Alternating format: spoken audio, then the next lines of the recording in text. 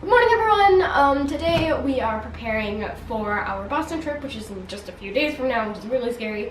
But we might actually have the possibility to sit down with Professor David Malin, who teaches Harvard CS50 course, which you guys should know that I've been taking for the past 3 years now, just doing it over and over again. And I'm actually really excited. So we're doing interview prep where I'm just sitting down and asking my dad the same questions I'll be asking him if we get the chance.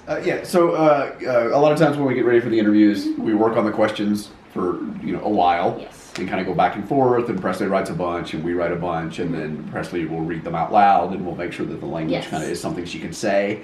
Yeah, so we'll edit them. It's really hard. Yeah, we'll edit them based on, sometimes when you write something, it's very different than saying it out loud. Yeah. Right? And so you have to go back and clean it up a little bit. And then when we get pretty close to the interview, like we are now, we're less than a week away, we'll start doing little interview, mock sessions, right? Yes. And so Presley will ask me a bunch of the questions, and I'll just make up answers and talk like I'm the person. Mommy will be the person being interviewed sometimes, and she'll make up different answers. And so Presley has to kind of learn to respond and follow up questions and deal with different people and the way different people answer the questions. And so I think it's really good practice for you. It seems to work. It seems we didn't always do that when we were doing the interviews. We would work on the questions and stuff. I couldn't say the words very well when we actually sat down and did them. Yeah, and follow-ups were kind of hard because she was so focused on asking the questions. Yeah, and then even when you could see sometimes in some of the early interviews, while the person was answering the question, Presley would be getting ready for the next question. And so not even totally listening to what the person was saying. Yeah. And then so no follow-ups, and the person would lob her a softball for a follow-up, and she wouldn't ask, but she was 8 at the time. So you can't ask too much of that. But so we sort of worked on her ability to sort of engage and listen, and then through the magic of editing, she would feel like she needed to keep the flow of the interview going, right? And so by the time the person finished talking, she needed to be ready to ask the next question. And that's not necessarily true because we can edit it, right? And so she can listen and engage and have a little bit of a back and forth, and then when that wraps up, she can look down and figure out what her next question is, and then start again with the next question, and we can just edit out that lull a little bit, right? Yeah. And so that keeps, when you watch the interview, the flow of the interview works because we can kind of edit those things out. That's actually really hard to do in real life, because you'll be ready to say the next question, but then they actually say something really interesting, and you want to ask a follow-up question now, and then you have to go back to the other question, and responses are really hard for me. Yeah, so I think Presley's a little more comfortable now sort of getting off of the script and having a conversation, knowing that we can kind of fix some stuff in post and clean some things up. And just in general, you got better at talking to people and doing interviews and stuff. And so this is one of we're going to do, probably today we will do several practice sessions, certainly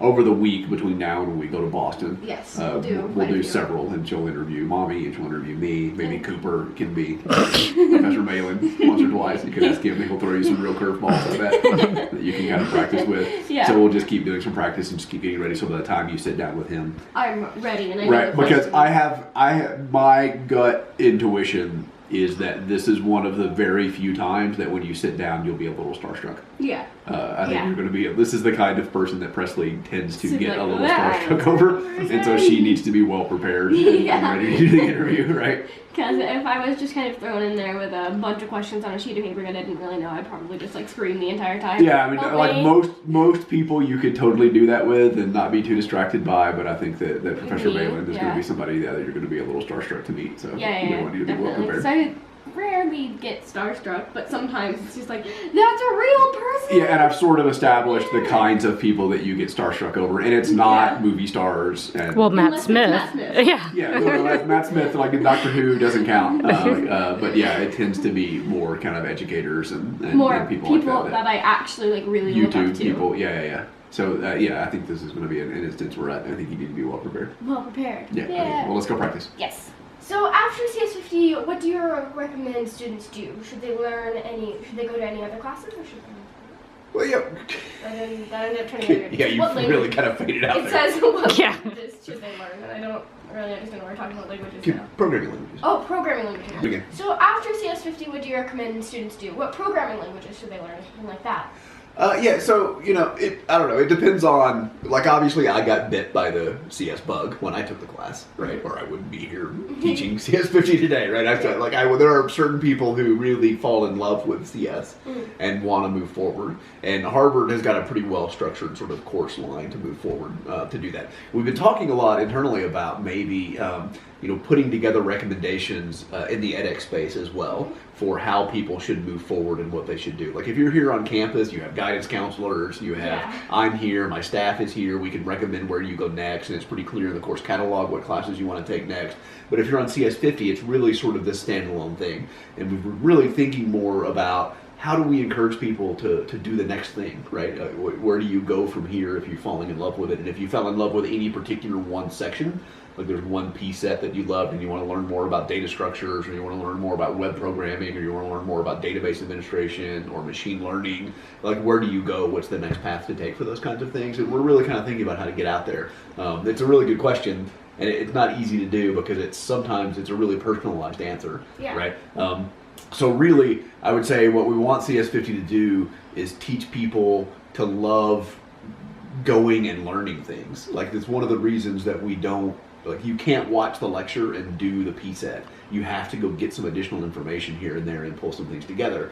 And so that same kind of thinking about going and finding new resources and moving forward should be your guide in what you do after CS50. But we really do want to provide some more guidance. It's good to get that kind of feedback because we're thinking that's an important thing to do. And as we hear it from people, we think it's more important. So maybe next semester you'll hear more about that. Yeah. Do you think there'll be something like, if you like these certain section, like online, if you like this section on machine learning, and you like this PSET, and this was fun for you, then it would kind of spit out a bunch of recommendations? Yeah, so we do have like a bibliography where you can go find books and references, and there's reading material that you can we guide people to kind of read. But what we don't right now do is point people to other online courses, and I think that would that sounds like a great idea. It's probably something we should consider doing. Thank you. Mm-hmm. So who's the most famous alum of CS50 besides yourself, obviously? Yeah, I mean, I think that you probably can't get much bigger than Bill Gates. I'm not sure if he actually took the class. I know he went to Harvard, but I'm not sure if he actually took the class. Maybe. I think he dropped out of Harvard, in fact. This is me talking about. This is on him. Yeah, I think you probably can't get much bigger than Bill Gates as far as celebrity status goes. Somebody that I really look up to and think is pretty amazing is who's the YouTube CEO? Oh, Susan Wojcicki. Yeah, Susan Wojcicki, who's the CEO over at YouTube now. Mm-hmm. And so obviously online learning and the power of YouTube and things that can happen. And she has a very similar story to mine, so I can really relate to her. Like she took CS50 early on and wasn't necessarily planning on going in that direction. And now she runs YouTube, runs this huge division of YouTube. It's pretty amazing to see how she has moved forward. So I think that's pretty cool. Mm-hmm. Do you have a favorite? Yeah, maybe. Yeah, you might just, you might, if he answers it like that, you may just let that go. Yeah, because he was talking about Susan Wojcicki. Did Susan Wojcicki take CS50? Yes. She did? Yeah, she has one of the CS50 intro videos. Oh, cool. I think I saw that one. Yeah, you saw it last year. Right. Yeah, I definitely think that CS50 is a really great course to start learning and start thinking about doing CS, because obviously that's how you started, and that's mostly how I started actually programming as well. And I do definitely think that you started off in a really great way with Scratch, which I really love, and I technically have been programming for quite a few years now, if I count Scratch. Right. Scratch is an amazing tool. I think it really is a good way. We only spend a week on it, in CS50 because we want to move on to writing code. But as far as just understanding what the code does and what it looks, being able to visualize your code in a way, like a lot of people need visual aids, being able to visualize your code. Even I have people that at the end of the year that are now writing more complex programs will say they still look at their program like Scratch blocks. Yeah. Right? Because they can still think of it the way the little Scratch blocks work. Mm-hmm. And so just having that little frame of reference at the beginning of the term, I think it is huge. So I think people spending time in CS50 is always going to be really helpful. I think it's a great place to start. Me too. And that's lots of shit. Okay.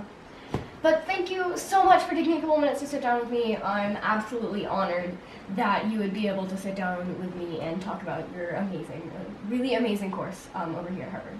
Yeah, no, the pleasure is all mine. We've all been really looking forward, and we're excited to meet you today. So thank you for coming out and talking to us. Thank you so much. It's really nice of you to say. Okay, so Cooper Homeschool, we have these cards that have a bunch of sight words on them, and then they have little cards that you match on there. It's kind of like a bingo thing, but what he likes to do is just grab one and then look for it, and then we talk about that word. And so now he's been... And now I have been grabbing them out, finding what they are, and writing them down. Right, so this says old right there. And now today, I have put 2 down, like that. And then I grabbed a bunch of others, and I write them down. I know, that's so good. So like that says eat, I can tell that. That says Cooper, obviously. That says if. I mean, they're even better than yesterday.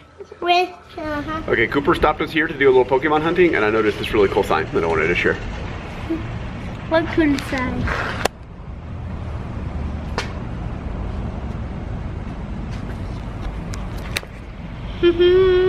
Pretty clever. What? Pretty clever. What picture? So this picture, it says, "We accept walk-ins." And this guy, his last name is Walken. His name's Christopher Walken. And so it's "We accept walk-ins," people who just walk in without an appointment. But they use Christopher Walken. You like a good pun, don't you? Uh-huh. We accept walk-ins. I like a pun. I like to walk. Okay, so we're here over at a park that's pretty close to our house, and we are just taking some Instagram OOTD photos.